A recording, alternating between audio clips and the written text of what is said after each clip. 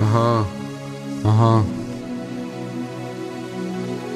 Celé to začalo, keď sa prvýkrát spolu stretli, keď sa ich cesty navzájom pretli, lepšie sa spoznali a začalo sa im to celkom páčiť. Boli taký typický párik, čo by dnes dali za to, keby to mohli naspäť vrátiť. Už po mesiaci začali myslieť na spoločnú budúcnosť. Tých vecí, čo ich spájalo, bolo až príliš moc. To, čo po začiatku len malá vášeň, sa rozhorelo, až nevznikol horúci plameň. Potom prišla prvá väčšia vada, keď zistila, ako odrybala. Tvrdila mu, že je ešte pana, on nechcel počúvať, že sa len o ich vzťah bála. Netrvalo ale dlho a zas bolo všetko v pohode. Všetky jej želania jej zas splnil ochotne a nastala chvíľa, kedy museli na chvíľu prestať mysleť na lásku.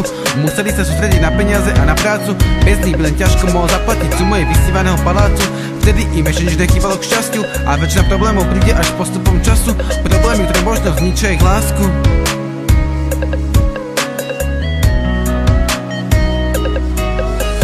Láska, peniaze, práca, že mi už nechýba, to len na prvý pohľad zdá sa. Dlhodobý vzťah bez akýchkoľvek prestávok, ani nemyslí, že by to dievča alebo by prestalo. A to bolo v čase, keď jej ešte veril. Je zvláštne, že sa vzťah po rokoch zmenil.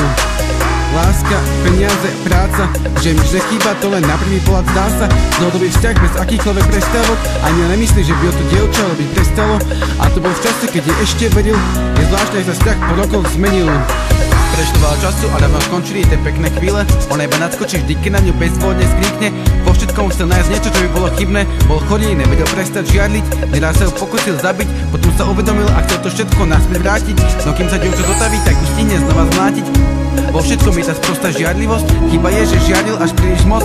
Stačilo, keď jej kolega poslal k meninám prianie a nechytil nervy, aký by s ním mala rande. Po každé rane vysal, že to bolo posledný krát. Neprešli ani 2 dni a zazíral svojou rukou vypras. Ona to všetko iba ťažko znáša. Nie ani tie rany na tým mohla kašľať, ale bála sa, že by jeho žiadlivosť ešte ďalej zašla. Až teraz zistila, akého hajzla si našla. Problém je, že napriek tomu stále miluje. Napriek všetkému je vidieť, že má city a že to všetko ľutuje. Je to zvláštne, že žiadlivosť, ktorá v ňom stupňuje, postupne celý ich vzťah zrujnuje.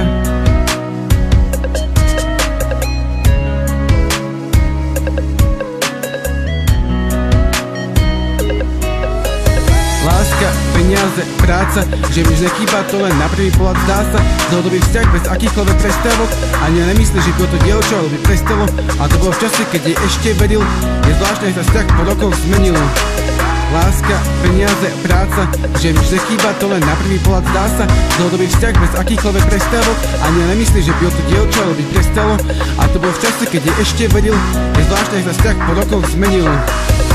Dievča to už nemohlo vydržať a tak mi povedala: stop, je koniec. Spravila to bez ohľadu na to, jak to bude hrozne bolieť, ale je ťažké hasiť plameň, keď chce oheň horieť.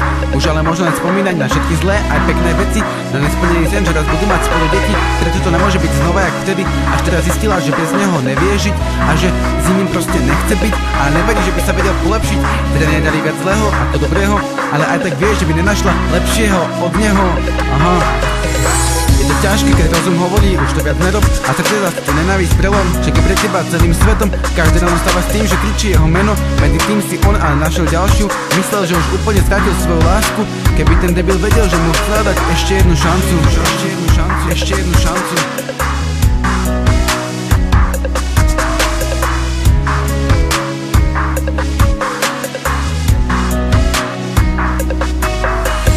Láska, peniaze, práca, že mi už nechýba, to len na prvý pohľad zdá sa. Dlhodobý vzťah bez akýchkoľvek prestávok, ani nemyslí, že by to dievča alebo by prestalo.